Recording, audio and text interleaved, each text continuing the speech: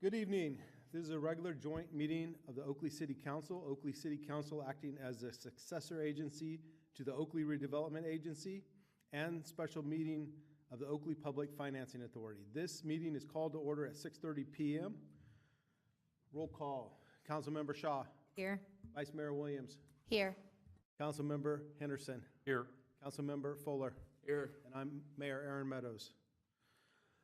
We'll be led in the Pledge of Allegiance by Layla Zaragoza. Layla Zaragoza is a Summer Lake Elementary School student with two younger brothers who also attend the same school. She has a family of 5 with a small dog named Chispy. She is part of leadership at her school and plays in local soccer and softball leagues. Some of her favorite hobbies are baking. Did you bring us anything? Drawing and collecting squishmallows. That's new for me. Her goals in life are to help others and become a zookeeper. She loves animals. Some of her favorites are dogs, pandas, and horses. She loves being part of leadership and helping others.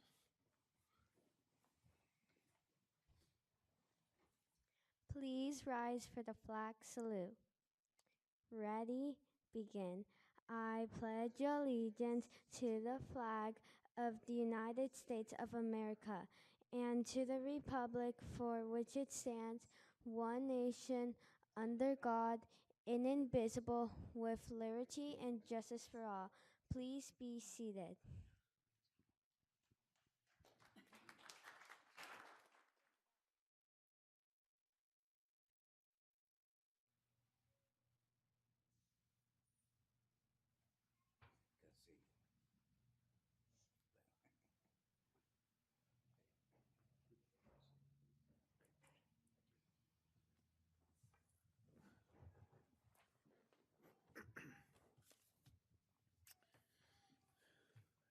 You're ready to go.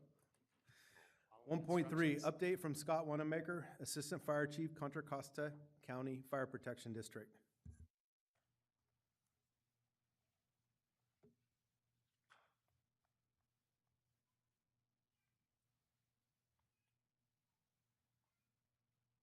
Good evening, Mayor, Vice Mayor, council members. My name is Scott Wanamaker, and I am Assistant Fire Chief with Contra Costa Fire Protection District. On behalf of the Fire Chief, Louis Bouchard, I'm here to give you another update on your fire district.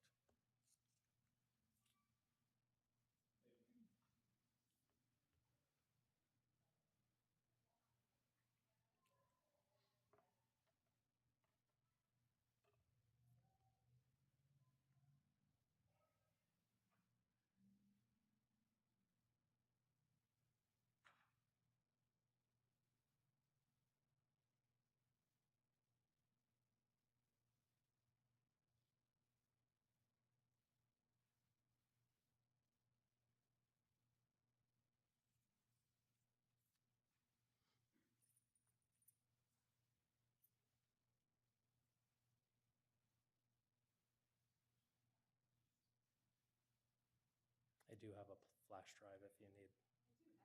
Okay.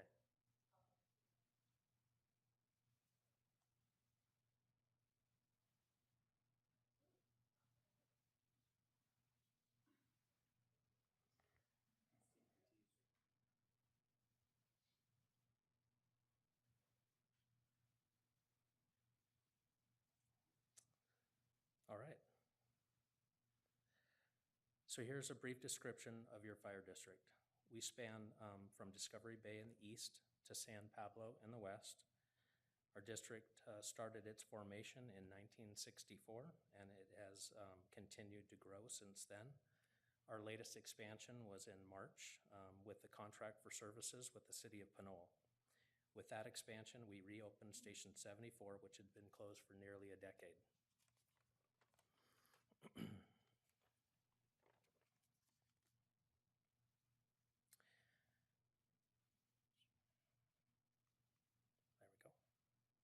We now staff 34 stations with 40 crews across the county. This is up 3 crews from what I reported last March to you guys. We have added a truck to Station 81 in Antioch. We have dedicated rescue now in Bay Point at Station 86. And we now staff water tender right here in Oakley at Station 95. We have over 500 employees and more than 250 specialized vehicles. Here in Oakley, we staff 2 fire stations, Station 93 just down the street with 1 crew. And we also have Station 95 with 1 full crew, and then we do now have that water tender operator.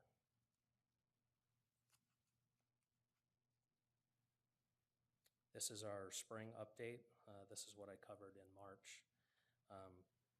We reported that we completed the annexation of East County, and we added paramedic services to all the stations out east. Again, we now serve the citizens of Pinole.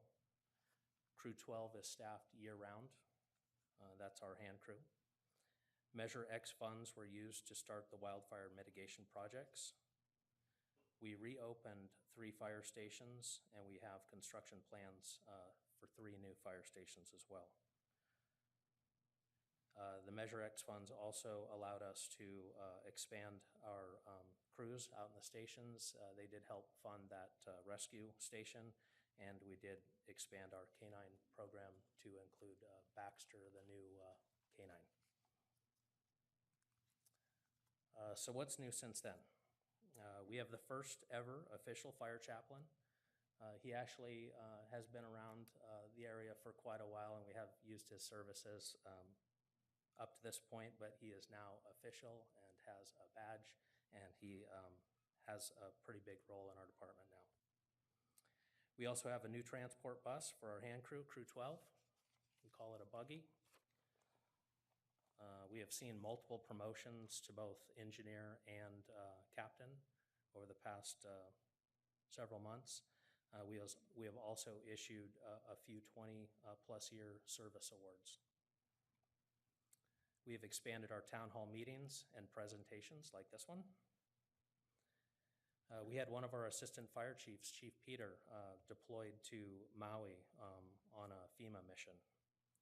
He came back with some pretty amazing stories. We did have our annual Matt and Scott Memorial Service and our annual Firefighter Memorial Service on September 11th at Station 11 in Clayton. Okay, so now we're going to take a closer look at the calls in Oakley. And again, it's very hard to see, so I have a bigger version, and I'd be happy to answer any questions if you guys can't see it. These calls are, and these numbers are for our calls in September. We had a total of 373 calls for service in the city. The bottom graph shows what our numbers have been over a period of time, 36 months. They range anywhere from 221 calls to 397 calls in a month. That's an average of 12 calls per day, which is spread out between the 2 stations and then neighboring stations when they need to come in to cover. If you take a closer look at the EMS calls, they are the most common, of course. That seems to be the case in most fire services. We have added an additional data point, which includes our new BLS ambulance only responses. And I'm going to go over that a little closer on the next slide. There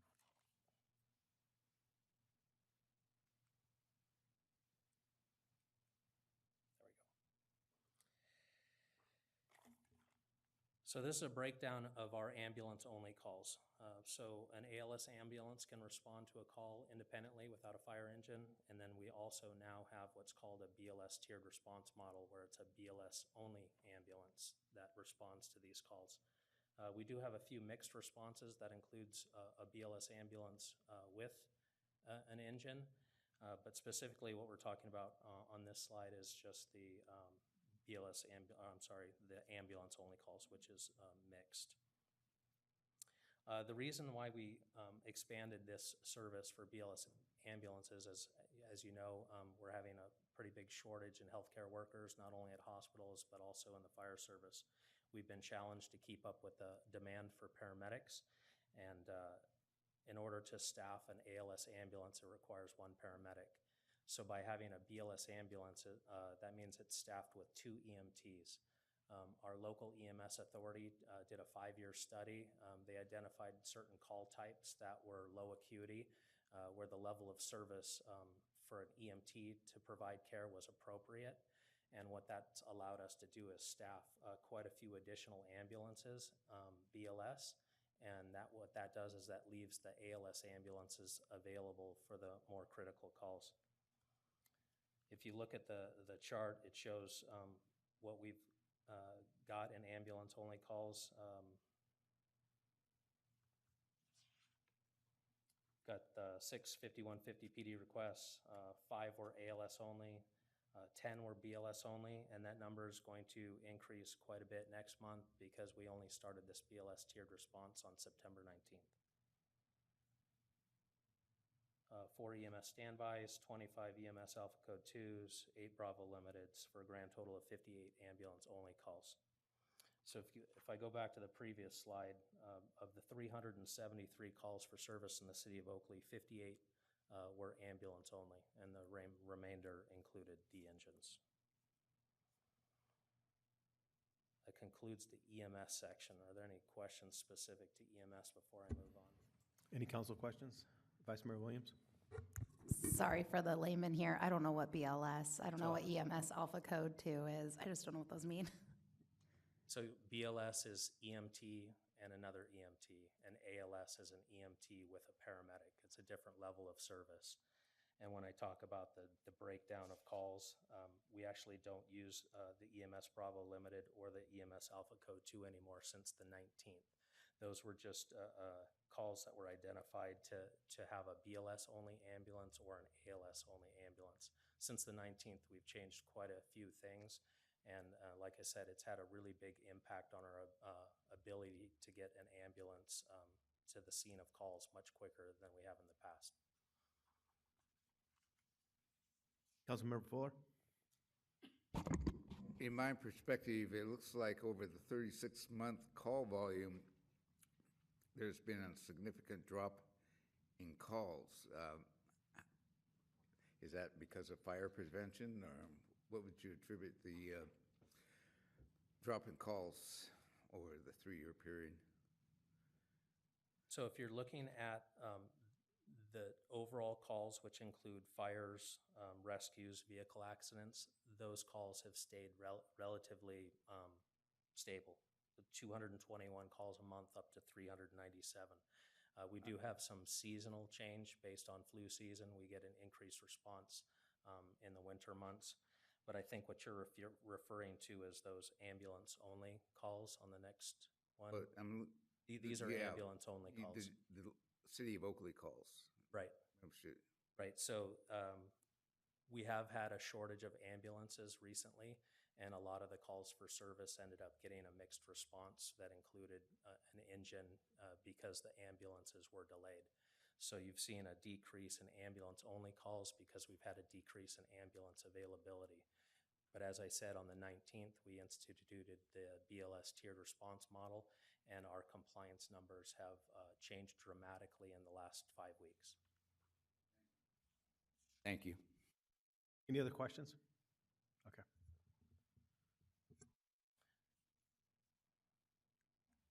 Okay, so we'll move to the wildfire threat. We really expected to see more fire activity this summer than what actually occurred. We're currently transitioning to the fall and winter patterns, but as you know, the fire season tends to be year-round in this area. And we did just recently have a couple of significant wildfires in the past few weeks. The map in this slide shows the Cal Fire Hazard Severity Zone. It only rates the state responsibility area, and the city of Oakley is not a state responsibility area, so it is not rated. There are several areas in the county which are shown in red with an increased threat. No area of the county is immune to the possibility of wildfire impacts, if it was just smoke or ash or even the fire working its way into town. Oakley is considered to have a minimal threat, and the closest threat that is considered considerable would be to the south along Marsh Creek Road, as you can see by the map. There is a QR link if you wanted to take a closer look at this map and see the zones. As I said in the past in March, this map did recently change. They expanded the severity zones and increased the threat.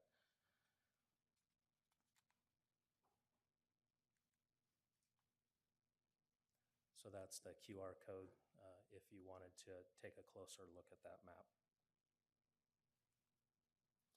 As far as what we have for fire safety for residents, we have several tools available that explain different risks in our community, which includes checklists, which can help citizens prepare for different events, escape routes, and things like that. These tools are available by using our QR code, or you can access these tools on our website. That concludes my Are there any presentation. council questions?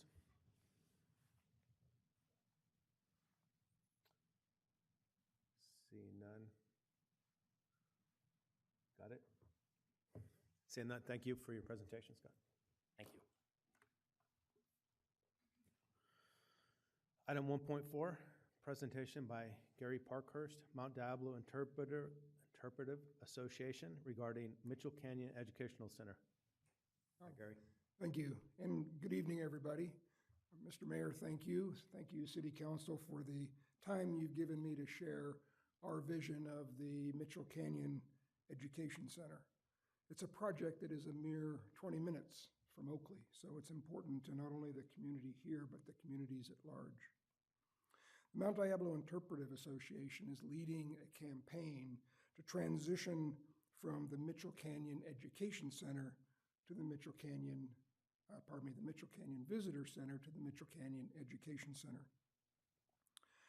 My name is Gary Parkhurst. I am a member of the Mount Diablo Interpretive Association and a docent at the Mitchell Canyon Visitor Center. Before I get started, we always like to take a moment and remember and acknowledge that Mount Diablo is the ancestral home since time immemorial of 5 indigenous peoples: the Wilton Rancheria, Bay Miwok, Confederate villages of Lishuan, the Northern Valley Yokut, and the Muwakmi people. So we take time to just remember and acknowledge that. So let me give you a little bit of context around MDIA. MDIA is a cooperating agency for Mount Diablo State Park. Essentially, that means we work with the park to enlighten and educate visitors on how to use and enjoy Mount Diablo through a funding array that includes educational programs. We look to foster the appreciation for the mountain. We are an all-volunteer organization, and in 2020, our board took a look at the Visitor Center, which you're going to see in a few minutes. Have any of you been to Mitchell Canyon before? No? We will see our Visitor Center in a couple of minutes. In 2020, they took a look at deciding on whether or not it was feasible to look at a new visitor center and transition to an education center. That approval was made, and we began our journey toward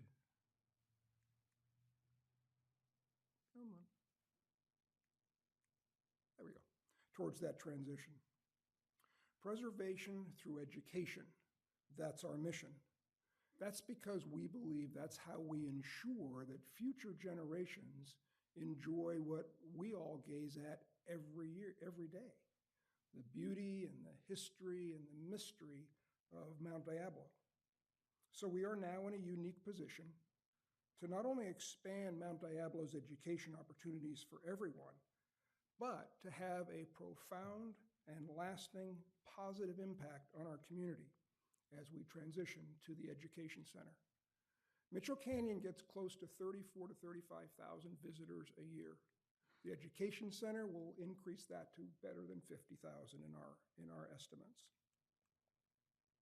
They come to the park, to the education, or to the visitor center for a number of reasons. They come to hike. We have over 20 different hikes, from very difficult to very easy. There are mountain biking trails, running trails. I was working as a docent this past Saturday, and 3 groups ran to the summit and back.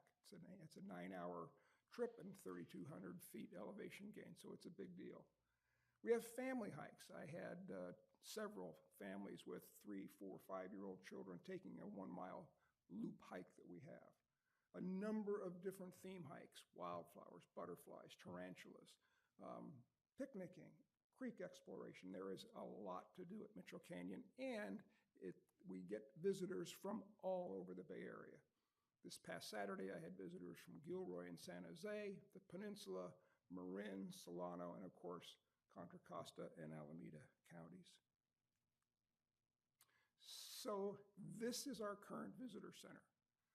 I like to say it's a temporary, air quotes, 19-year-old facility.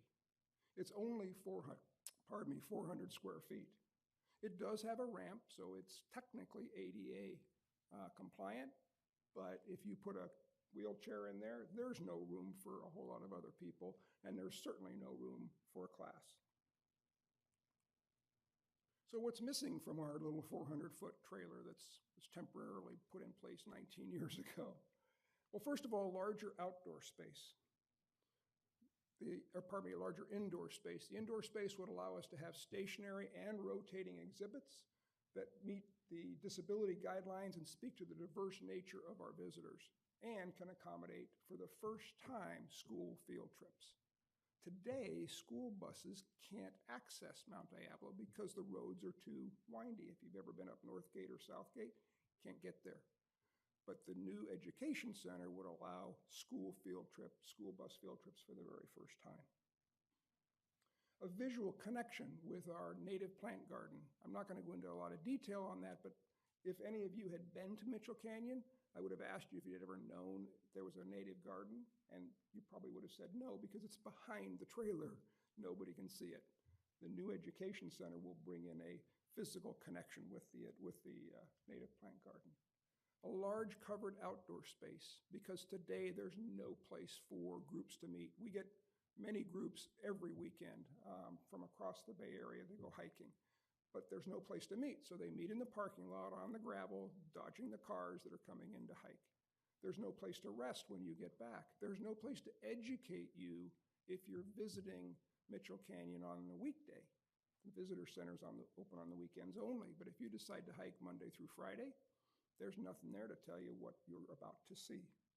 The new pavilion, the outdoor space, will be open basically 7 days a week, 8 to sunset.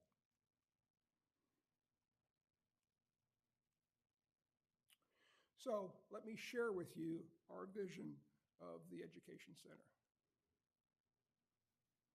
The new Education Center will be a 1,500 square foot ADA compliant facility and an outdoor pavilion that will significantly increase access to Mount Diablo State Park for people of all backgrounds and all abilities, particularly public school students. The new Education Center will focus, it would make it possible to accommodate school trips for school buses for the first time, as I mentioned earlier. The center will provide indoor and outdoor education, as well as natural history and environmental science learning opportunities. The indoor facility will feature state-of-the-art displays and highlight plant and animal diversity found on Mount Diablo. It will, as well as historic and current relationships with indigenous people of Mount Diablo. A media room for classes and rotating exhibits.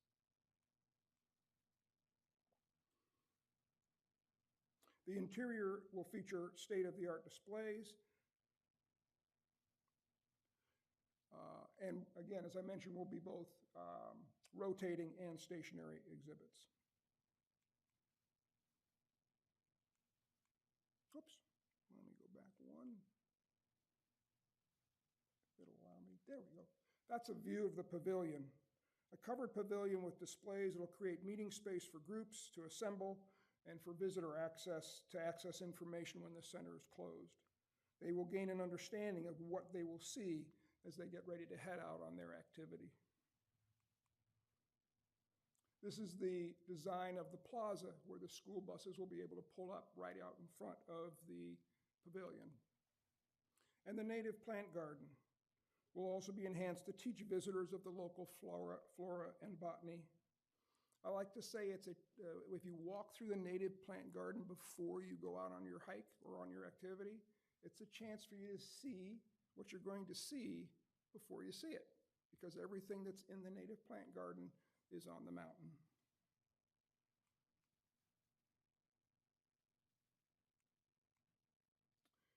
This is not the most interesting or exciting slide you'll ever see, but it's a really important one, because what it does is it demonstrates that the education center will be built as a model for an energy-efficient, environmentally responsive facility located in a urban wildfire zone. All of the materials will be supplied locally, and we will use prevailing winds to cool the facility and sunlight to light the facility.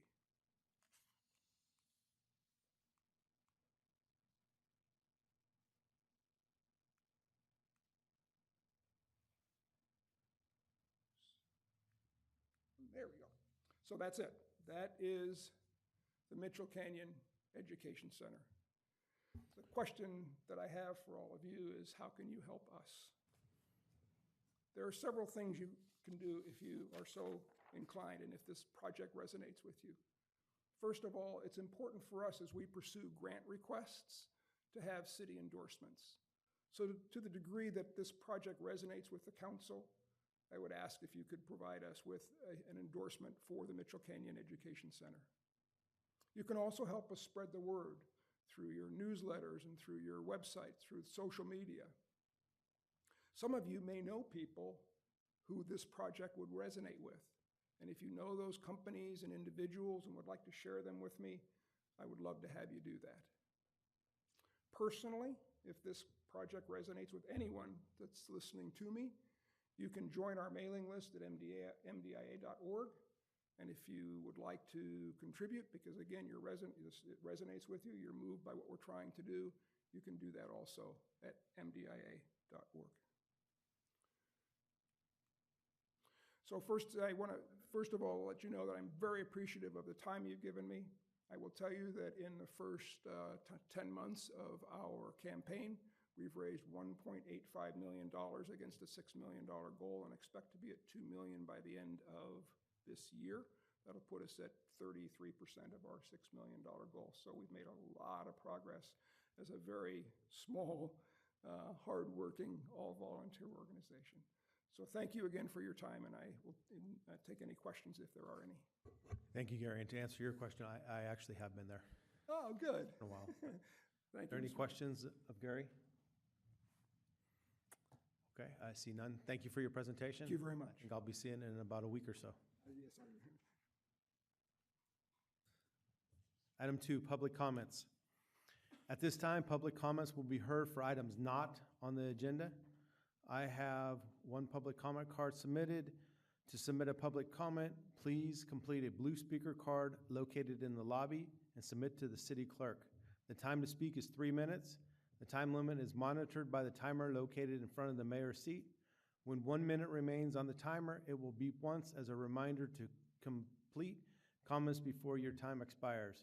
Please refrain from any applause, cheering, booing, or other outbursts so that everyone may have an opportunity to be heard.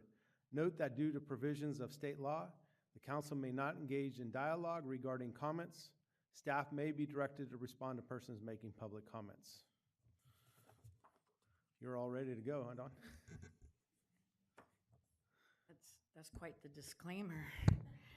Hi, I'm Honorable Mayor, Council, City Manager McMurray, and staff.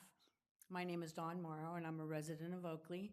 I live over here in Vintage Parkway, and I know that as council, you get a lot of negative things thrown at you, and I'd just like to throw some positive things at you. Number one is the improvement in landscaping in Vintage Parkway. The overpass, we don't want to ignore that that's happening. We appreciate it and understand the budget constraints there. And the only other thing I have is the chairs. I am probably one of the most sat in chair people in this council room, and I just want to say I appreciate it because my back was killing me with those old chairs. So it really does improve my life, and I just want to thank you. Thank you, Don. A little different comment. Any other public comments? Item 3, consent calendar.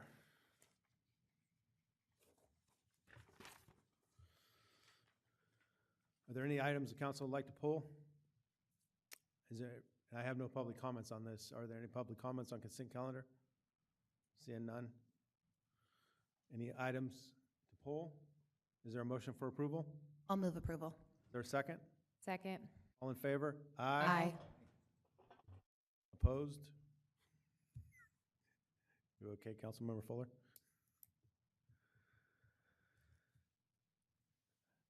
Item 4, public hearings.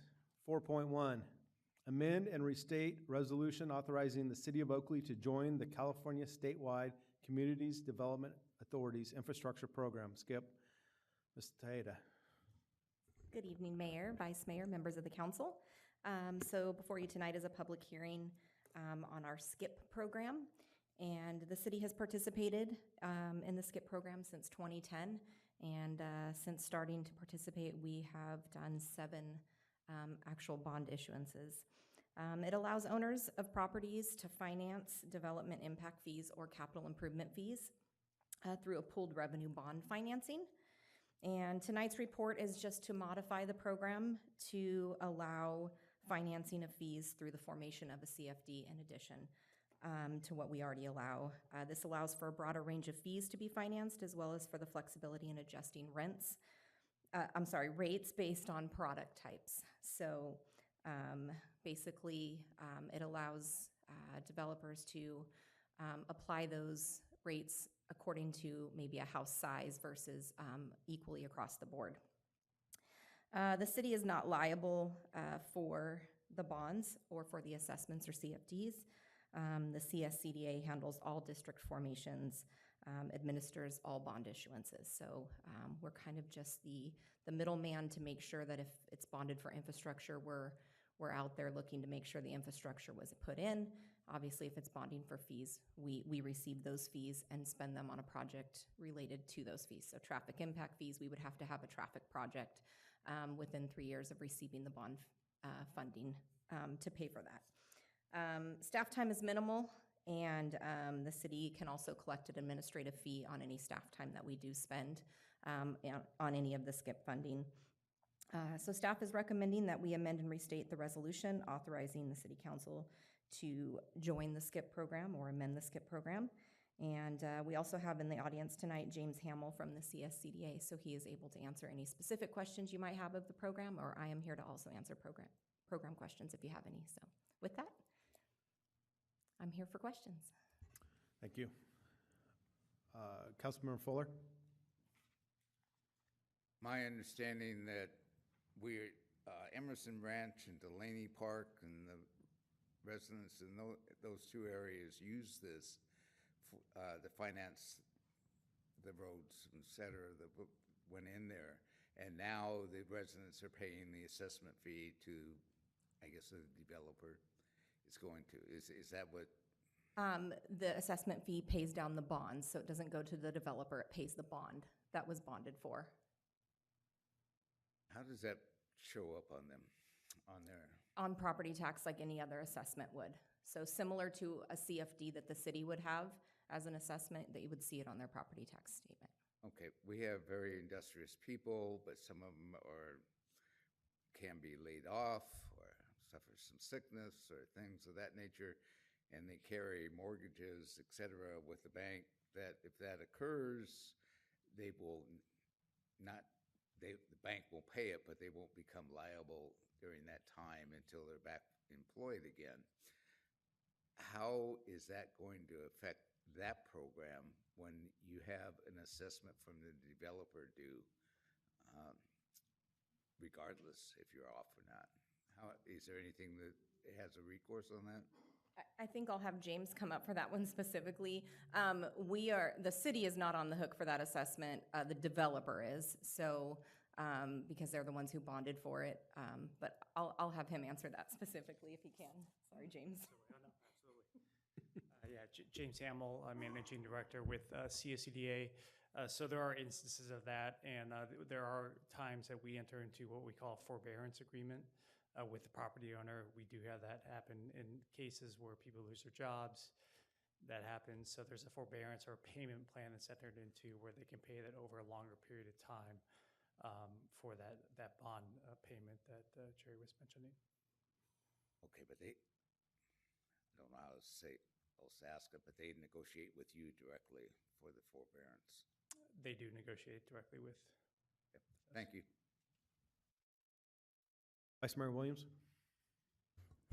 So, sort of along the same lines of that question. So the developer is technically the homeowner before the homes are sold. So I know I read in the staff report that the homeowners vote for it, but potentially these are bonded before anybody's even bought in? That's correct. Okay, so sometimes people are walking into situations where, and I think we should highlight that it helps to keep the initial home price lower, which could help, but on the back end. And then are these assessments, because I live in an old house, I don't have assessments, are they forever? Or is it just till the bond's paid off? So it could Bond's be paid off. forever, but, Yeah. okay. I want to say most of them 30 years? 30 years. Okay. And then how does it work if they sell their house, the new homeowner takes that same? Okay. Correct. Okay. And then I know, while the city is not on the hook for any of this stuff, specifically with like Emerson Ranch and like those newer neighborhoods, we constantly hear about how we're assessing people to death. And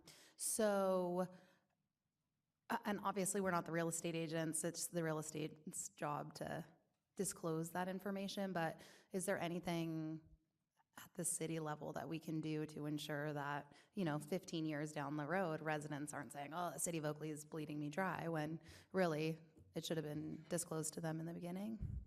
Yeah, I mean, we can't control what is disclosed and not disclosed. I do know that, obviously it's disclosed in the beginning whether or not a homeowner understands that, or, I've bought a home, right? We just keep signing until we get to the end, which we shouldn't do. But I do think that anybody who would want to call and talk to us about it, we would be able to differentiate between the two assessments so that we could definitely tell them, here's the city assessment versus here's the assessments that were put in place that we really don't have any, I don't want to say control over, because we're accepting the resolution to allow it, but it's not necessarily our assessment. Any other council questions? Seeing none. Thank you. At this time, we'll open the public hearing. Are there any public comments? Seeing no public comments, close the public hearing. At this time, we'll have council deliberation. Councilmember Fuller. My concern is, and I'm very adamant about it, I think most people know, but I'm viewing it as a new tax. I know the developer isn't and is putting out and then allows them to be sold, the house sold at a lower price, and it comes about, but normally that goes into the purchase of the house, and then the person can go get the mortgage and work through that with the carryover and taxes collected in those.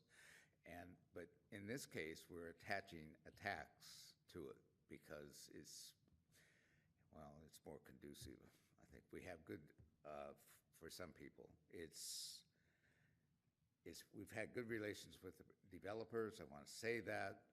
We've done well, but I do hear all the time about the high taxes in Emerson Ranch and Delaney, Summer Lake, a few of the others. And one of the reasons is because of the assessment.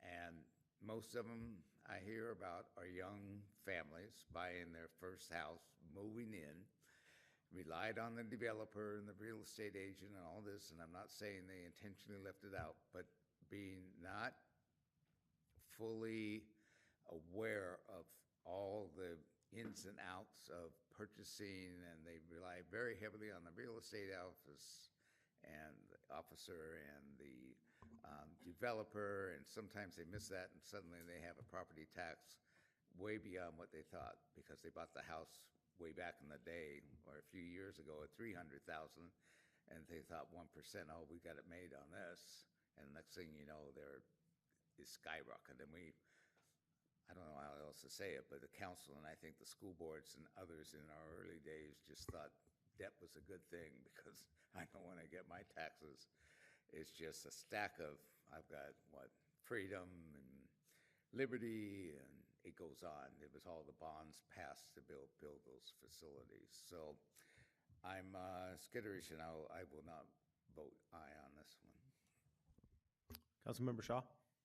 So I'm in one of the homes that have horrific taxes and assessments and all the extra stuff attached to it. And I do understand that it's going to come to the homeowner one way or the other, whether it's in the purchase price or if it's in the assessments. And I would not have been able to qualify for my house had it come in the purchase price. And while I am in the same boat of all the people in Delaney and Emerson and Summer Lake out in Cypress Grove,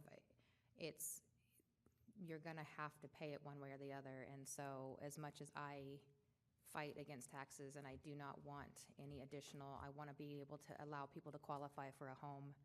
And I think that's important. So reluctantly, I will be supporting this.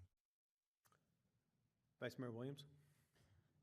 Do we have any statistics about the number of, sorry, this is out of nowhere, I didn't prep anybody for this, but do we have any statistics about how many homeowners have benefited from the ability? Like obviously, Councilmember Shaw just told us she wouldn't have qualified for her house if it had been in the purchase price. Do we have some sort of sense of, my main concern is that this is benefiting the residents and not benefiting developers, because that's who we're here to serve, is the residents, not necessarily developers. So I guess I just want to know, do we have some sort of sense of how beneficial this program is specifically to Oakley?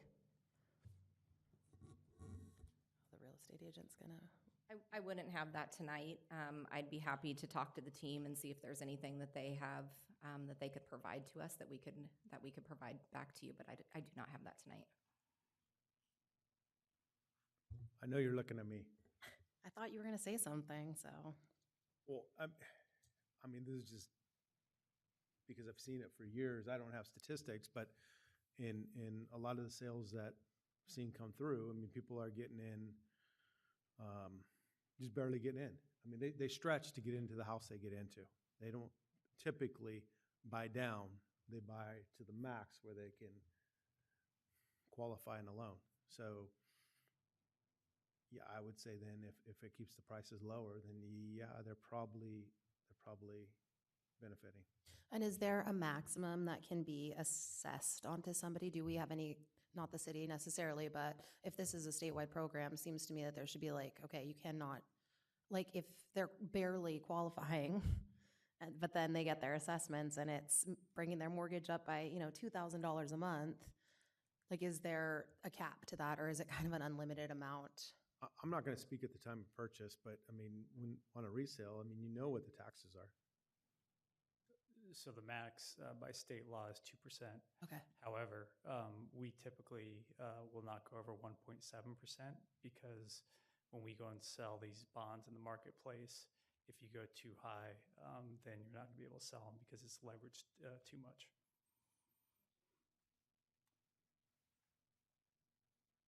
Councilmember Henderson? I just kind of want to redirect where I think we are tonight is we're already part of this program. We're depending on this program to do the collections. So what we're really here to talk about tonight is to continue staying in the program. And so I hear what everybody's saying about the taxes and the thing, but just kind of bringing us back to focus of what we're here for tonight.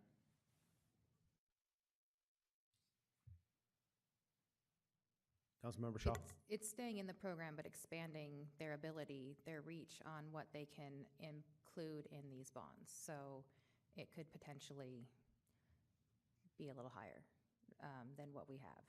So yes, we are already in the program, but I do want to clarify that it is going to be expanding what they can include in these. Any other Council comments, deliberation?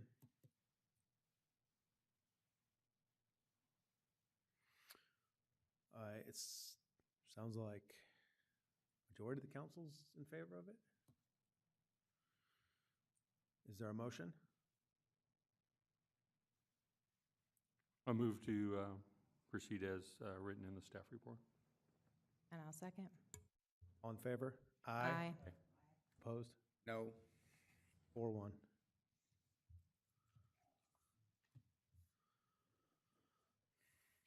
Item 4.2, Grand Cypress Preserve Development Agreements, Master Amendment.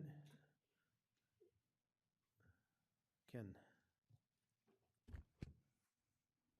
Hi, good evening, Mr. Mayor, Madam Vice Mayor, members of the City Council, and those in attendance. I'm Ken Strelo, Planning Manager for your City of Oakley.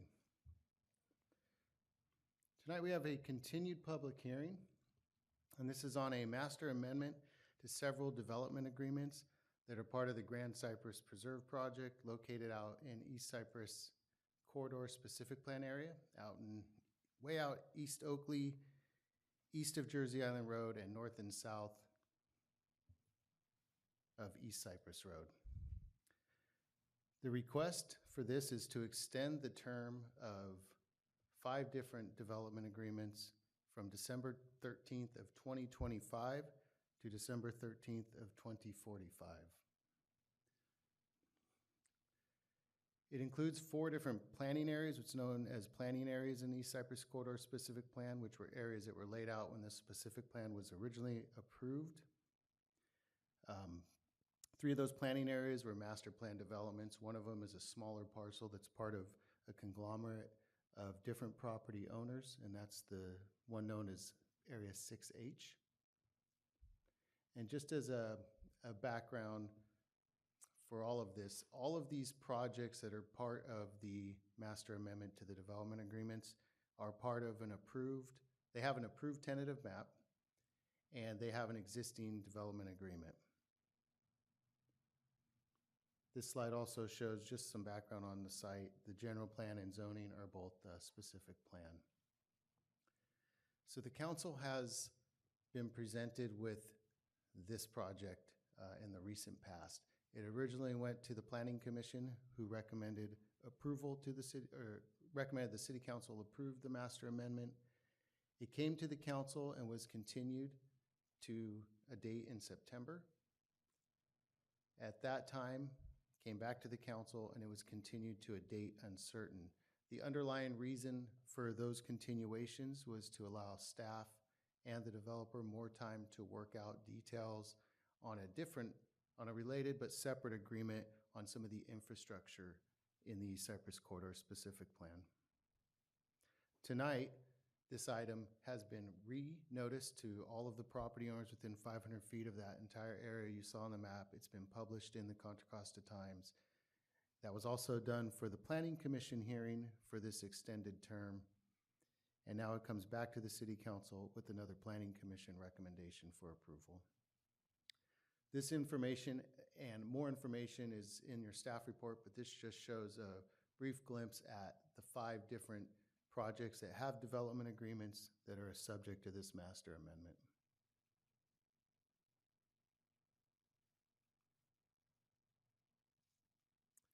We already talked about the term extension. There's also one other section in the master amendment that clarifies the applicability of 3 of the mitigation measures that are found in the East Cypress Corridor Specific Plan EIRs. And those are mostly related to the Rock Slough Bridge. And this clarifies that units that are currently in Summer Lake South, which was a project that was underway before the city even annexed this land, and future units in Summer Lake North would not count towards the unit count to build that bridge. That's been clarified. Our city attorney and all staff have looked over that and are all in agreement on that. And it's just a summary of the analysis here. The master amendment is consistent with the East Cypress Corridor Specific Plan. It will allow these projects more time to get worked out and be built. It will increase the likelihood this project is feasible and can contribute to its fair share and its improvements that would be required as part of the development. It's also consistent with the Oakley Strategic Plan 27 Plus. These developments, at least a couple of them, are very important for East Cypress Road. Other developments are important for Bethel Island Road, and then much of the other infrastructure, key infrastructure in this area. The Planning Commission resolution is attached to your staff report, the one that recommended the City Council approve this project. And staff does recommend that the City Council approve this project. At the Planning Commission meeting, the Planning Commission did ask the developer the reason for the extension. I'm happy to summarize that reason for you. The developer is here if you would like to ask them. But essentially, they feel a 10-year extension, which was originally requested, may be enough time, but with uncertainties in the development market, especially with what we've gone through over the last 3 to 7 years, they would like that extra time to avoid needing to come back if need be and request additional time. That concludes my staff report. I am happy to answer any questions. Thank you. Are there any questions of staff? Vice Mayor Williams. I just want to ask a clarifying question, since obviously this development is important for the expansion of East Cypress Road. Extending this development agreement does not say we're putting off any East Cypress Road improvements till the development begins, correct? 100% correct. This has nothing to do with the timing of that. Okay, great. Councilmember Fuller. The one concern that came to my mind when I was reading this is we're putting it out possibly to 2045. I know I've sat in here before the election last November and saw that, in fact, I think it was the last meeting before the election, but they approved, how can I say it, the design for the community, everything was put in place. That's great, except are we going to keep that all the way through 2045, or are we going to re-examine the layout? I know there's a mention in there, I was glad to see it, the review of multifamily residence could be also included in other designs. So if they do come back, say in 2043, will the council sitting there at that time, I don't think it'll be me, be able to review that design and offer any alterations or what may be prudent for us? So for these projects, we don't have home design review approved yet. We have tentative maps approved, which would look at conceptual landscaping, and all of that has been analyzed and reviewed in accordance with the East Cypress Corridor specific plan conceptual plans. So those apartments you speak of, or any of the future houses in any of these developments they still need to come forward for what we would call design review and receive those approvals. So we don't have those locked in yet. If we did, they would run with the development agreement, so they would stay valid for as long as the development agreement. At this time, it's only those tentative maps that would remain valid.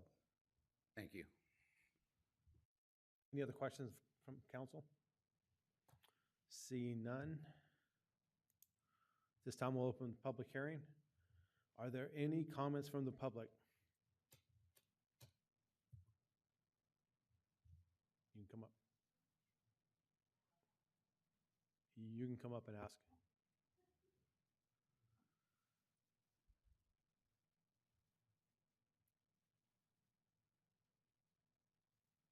Thank you so much for taking my question.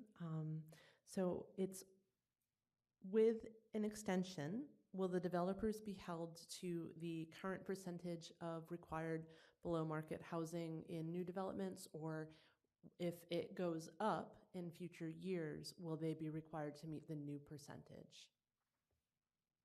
Thank you. Thank you for the question. Through the mayor, this project is not subject to any sort of what we would call inclusionary housing. In other words, requiring any below market rate housing.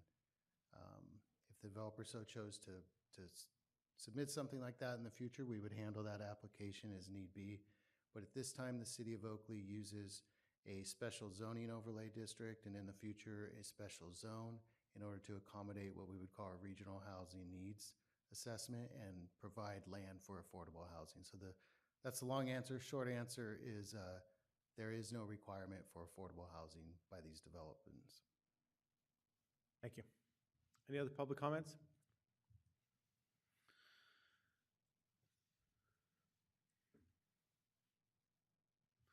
Actually, I skipped. Is there any comments by the applicant?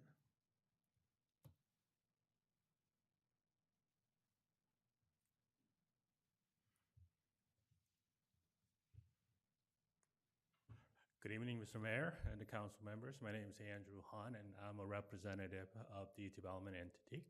And we concur with the staff analysis that was done, and we appreciate the consideration by the city council and all the good working relationship with staff. I don't have any particular other remarks other than that. Thank you. All right, thank you.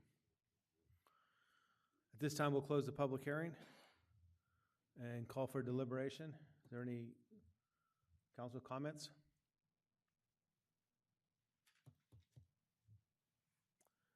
Seeing none, is there, would somebody like to make a motion? We'll move. All in favor? Aye. Opposed? Passes 5-0. Okay, item 5, regular calendar. Adopt a superseding agreement regarding the reimbursement for and implementation of construction improvements related to the Grand Cypress Preserve project with ACD-TI Oakley LLC. Mr. Murray. Good evening, Mr. Mayor, Madam Vice Mayor, members of the City Council, and members of the public. This item it coincides with the previous item in that it has to do with the same project area that was discussed before. So this is essentially the single largest master planned subdivision within the city of Oakley. And it's critical to our future expansion and also critical to providing much needed infrastructure to the far end, east end of the city.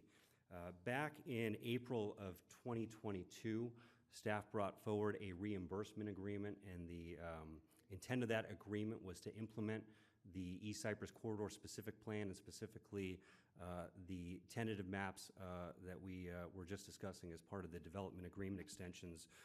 And that reimbursement agreement was specifically aimed to accelerate the timing of the construction of East Cypress Road. But ultimately, that reimbursement agreement fell with the burden of the developer to construct those improvements. And it was through discussions with the developer, we came to a mutual understanding that if the city were to take on East Cypress Road as a capital improvement project, we could realize those improvements much sooner than the developer was going to be able to construct. So we have been working very hard with the developer over the last several months to come up with a superseding agreement to that April 22 agreement to memorialize how we would move through the transition of acquiring the right-of-way from the developer, which still owns the right-of-way necessary to construct East Cypress Road at the build-out. And also, how do we deal with the reimbursement agreement that we already entered into? So what is before you tonight is a superseding agreement. It essentially will transition all of the plans, permits, and approvals that the developer has specific to the East Cypress Road improvement, and this would be from the canal to Bethel Island Road. And then the city would take control of those plans. We would have be granted a temporary construction easement while the irrevocable offer of dedication for the right-of-way would be placed in escrow. And at the completion of the improvements, at the completion of the city's work, we would then receive that irrevocable offer of dedication, and that would be city right-of-way. So as part of the agreement in front of you tonight, there are several key points that I would just like to highlight. The agreement still affords the developer traffic impact fee credits for the construction of Jersey Island Road whenever that is constructed, and those credits would be applied to the homes in that subdivision. It locks in the development impact fees related to traffic and public facilities. The traffic impact fee is locked in for a period. These fees are frozen in time for a period of 10 years at the single-family rate. 12 years at the single-family rate and 10 years at the multifamily rate. and then the public facility fee is locked in for a 10-year period. And at the end of those periods, they are adjusted upward from the fee that is in place at that time. We would move the fee up 50%, and they would pay that fee for the remainder of the term of this agreement, which is 20 years. We also recognize that there are mitigations, measures dealing with fair share payments to the county, and this agreement memorializes how we will accept payment of those fair share payments that will ultimately be transitioned and passed through to the county. In addition, there is recognition that there is an opportunity for the city to relieve ourselves of some future reimbursement money if we are able to look at the secondary access that right now is from Bethel Island Road. It extends south over Rock Slough Bridge and ultimately connect to Delta Road. We are currently looking at possible alternatives to that bridge alignment that would no longer necessitate a bridge, and we would be able to traverse in an evacuation through land, which would relieve some of the obligation on the entire specific plan. So in a nutshell, those are the components of the reimbursement agreement. But I think what's critical here, in my opinion, in staff's opinion, and what we'd like to convey to the City Council, is that this will allow us to control our destiny with the construction of East Cypress Road. And the first segment of that roadway has been budgeted and identified in our capital improvement program for this fiscal year. We are in constant communication and coordination with CCWD because that first phase will involve the construction of the roadway over the canal crossing. And although it's a roadway project, there's also a canal undergrounding and encasement project and a levee component that goes with it. So it's a very complex piece of the project, and that would go first. And we are ready to start construction as soon as we are able to obtain the right-of-way, I'd say the construction easement and the plans to move that forward. Obviously, we'd have to bid the work, but we are ready to start that work right away and ultimately start construction. The second phase would be after the canal east all the way to Bethel Island Road. That will be presented in the fiscal year 24-25 budget and also a capital improvement project. So that concludes my report. I would like to, before I close, point out one typo in the resolution, and this is on page 120 of your agenda. The fourth whereas references April 13th, 2023, and that should say April 13th, 2022, which is the date that the original agreement was entered into with the developer. So with that, that concludes my presentation, and I'm available for any questions. Any questions from council? Vice Mayor Williams? So you said that, we're ready to begin the work as soon as all that process goes through. So if we do this agreement, how soon could we get that? I'd say in the next few months, probably towards the beginning of next year. We have the ordinance that was waived and introduced with the development agreement extension with item 4.2 still needs to waive the second reading and adopt the ordinance in November. And then there's a period of time that we have to request items from the developer, and there's a period of time which they have to provide the items. And then we have to bid the work before we can actually start construction. So we have a little bit of legwork to do, but we are closer than we have ever been to starting work on that section of roadway. And then I'm assuming when we do start that section of the roadway, we're going to have a lot of communication with residents about how they get out. I mean, I know any project that happens out there, we get lots of feedback. So we're going to have a lot of communication about all of the stuff happening. Of course, I think all the stuff happening with the roadway improvements, I think it's critical that we're conveying to the public what we're doing and why we're doing it. This is one of the top priorities of the City Council, and we want to make sure the public is very aware of the investment and the priority that the City Council is placing on this project. Thank you. Any other council questions? Councilmember Henderson? And a rough time for completion from construction? The agreement, if we satisfy some conditions, gives us about 36 months to complete construction. I'd say that is more than enough time for us to complete the improvements necessary. Excellent. Any other council questions? Public comments? Seeing no public comments. Do we need to mention the CEQA determination? If you could, that would be great. So CEQA determination, find that approval of the agreement is not a project as it involves government funding activities per CEQA guidelines. California Code of Regulations, Title 14, Section 15378B4, and all environmental impacts associated with the project have been previously analyzed during the project's entitlement process. Is there any council deliberation? Councilmember Fuller. Yes, I just want to make a comment. I want to thank the developer, TI, and all the ones that are associated, but and Mr. McMurray for what they've done to bring this about, the expansion of East Cyprus. I want to say this is what we've been able to do in Oakley.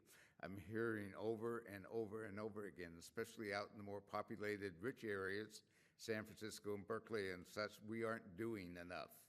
Well, we are, and we're doing it with private capital. Private capital is the ones that are building it. We're not doing it with public funds. We are getting results, and this is what is here. East Cyprus was a disaster. Mr. McMurray and TI sat down, and yes, back and forth, and attorneys ring the bell and everything, but the bottom line is we were able to come to agreement to have an expansion. I think we also need to mention our other developers that we work well with. I don't know them all, but DeNova. DeNova is coming in and waiting to open up their development on the northeast corner of Bethel Island and Central, Cyprus. They had their own builder's remedy, which they didn't have to abide by because of the changes, but they brought in their own solution, working with the city to have 20% of deeded low and very low residents. And what I mean by deeded, they will remain that way for 50 years. If anybody wants any more information, I'm sure Mr. McMurray can say it. But that's the type of relationship. They weren't bound by that because of what the laws have passed. But they had talked to us before, and they committed it to this community. We have a good relationship with Meritage, KB, TI, and I know I'm missing a few developers, but to say we aren't doing and working with the developers to develop this community with affordable housing that can invite all in an inclusive area is, well, we are doing it. We are doing it. We are working with it. Mr. McMurray, I have to thank him for his knowledge and expertise, and the members are coming in here to work together to find these type of solutions. Councilmember Shaw. I just also wanted to thank the hard work. I know it's been a lot of back and forth, and East Cyprus is, while it's in my district, it's something that this entire council has been very strong to make it a priority. So I do appreciate all the work and everything that's gone into allowing us to get this started as soon as possible. And for those that are listening out there in the virtual world, it's gonna be, some construction. So bear with us and know that this has been for the safety of all the residents out in Summer Lake and Bethel Island. Even they're not our residents, but this has been a long time coming. So I do appreciate all the work that everyone's put together for this. This item was the first call I got once I was sworn in on Cypress Road. So it's been a while. Is there any other comments? Is there a motion? I would like to make the motion of adopting all the things that were said in this. I'll second. Can we make sure we have the 2022? I know it's a petty and I'm With interrupting. yes, with the change in the date on the resolution. Thank you. All in favor? Aye. Aye. Aye. Oppose? 5-0. Thank you. Item 6, report 6.1, city manager. Yes, I'd like to just call attention. We have attached the September business license list. Those are new businesses that have opened up shop here in Oakley, either brick and mortar or home-based, as our effort to highlight those throughout each month during the year. Secondly, I'd like to also thank all the staff that worked to bring the Oktoberfest to the community again this past weekend. It was a great event, really well attended, and just a great opportunity to showcase what we can do for our community here at the city.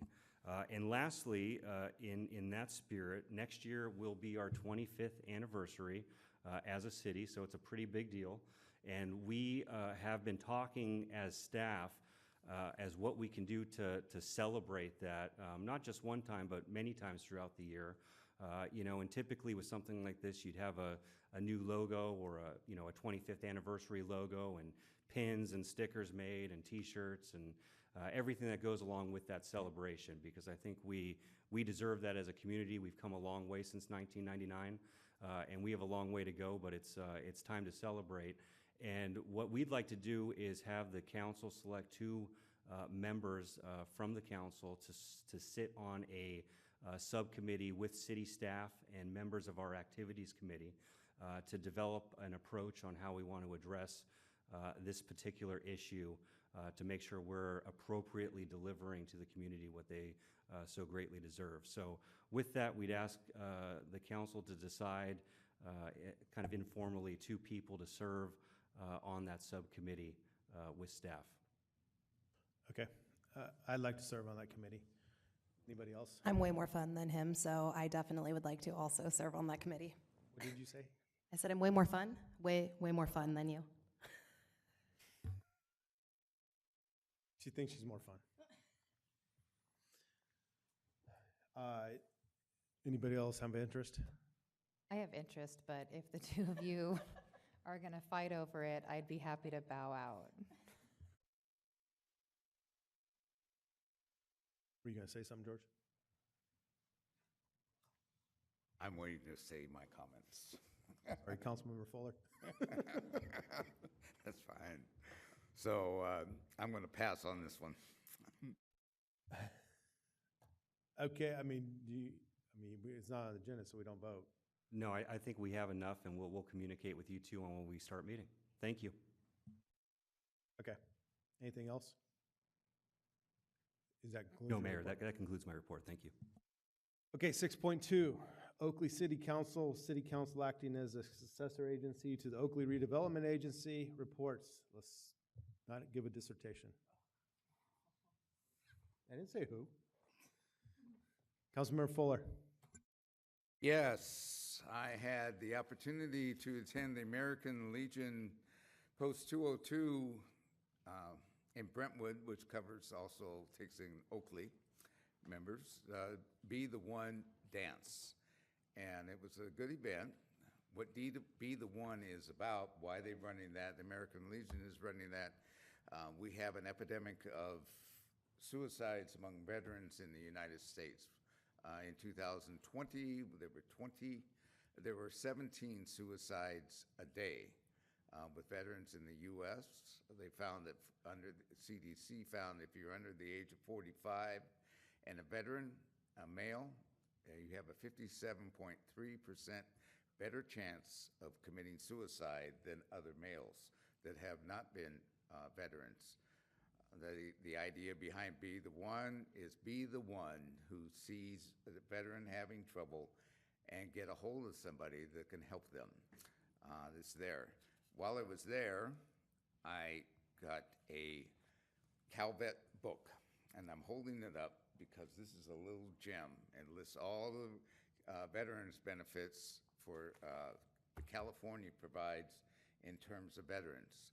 It includes the residents of Yountville and other residents in the state that have been built to house veterans in their later years.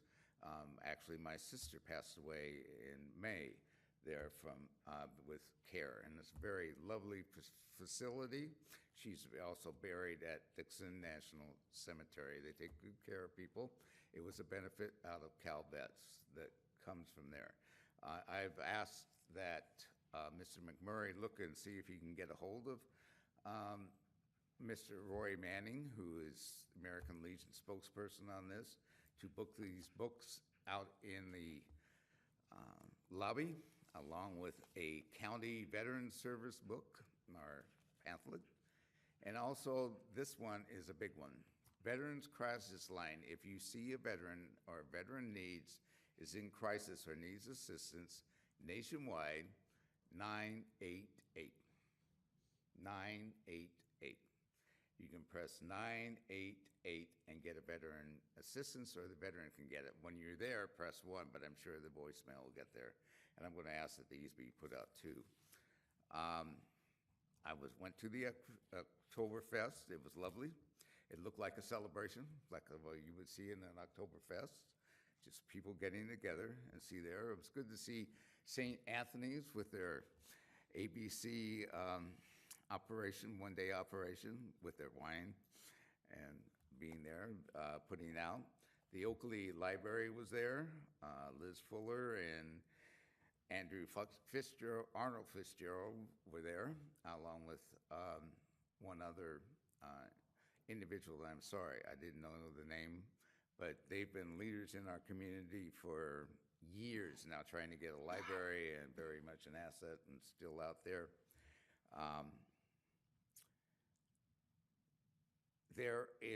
I met with Lori Wilson's aides that were there.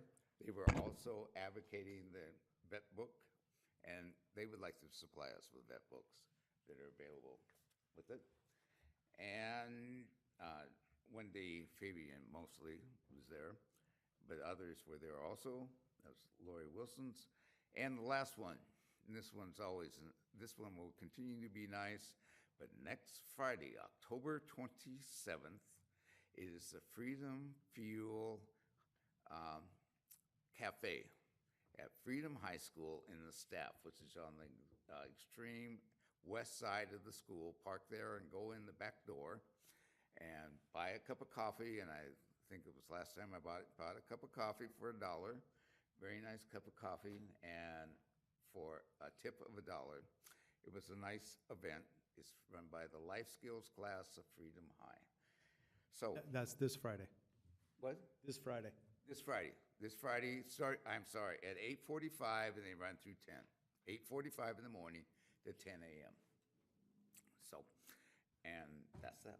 Thank you. Vice Mayor Williams. All right, so I'm going to keep it short on the APTA conference. There was some really interesting things that came up during the conference. One thing that should be concerning to all of us is that there are currently only 3 bus manufacturers in the United States, and one of them just declared bankruptcy.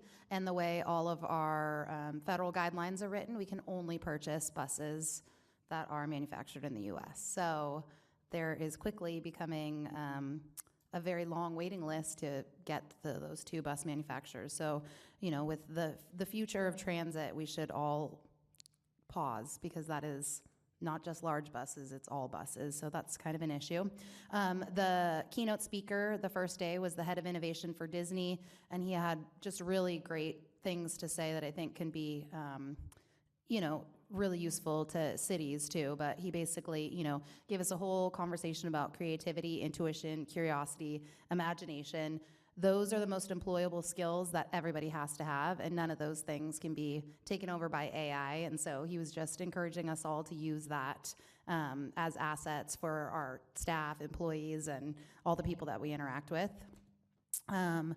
There was a session that I attended on transit's impact, fostering opportunity and growth in communities. LA is going to host the 2028 Olympics, and that will be the very first ever car-free Olympic venue. So we should see some really exciting things about public transit coming out of that. And there was also a really interesting thing that some cities have implemented called a rapid transit zone, which is a policy that was developed in order to have a protected higher density zone, and where housing policy and transportation had to go hand in hand. So it was really interesting to go to that. They were also giving us things that I thought, while it is applicable to transit, we have some projects that are really important to the city. So they were talking about doing time-lapse videos, because you never know who is interested in that, but I know the residents of East Cyprus would probably love to see where they came from and where it's going to be. So I thought that was really cool. They said that it was a very cheap thing to set up. And then there was also a panelist who was the CEO of Amtrak, which I thought was timely for us.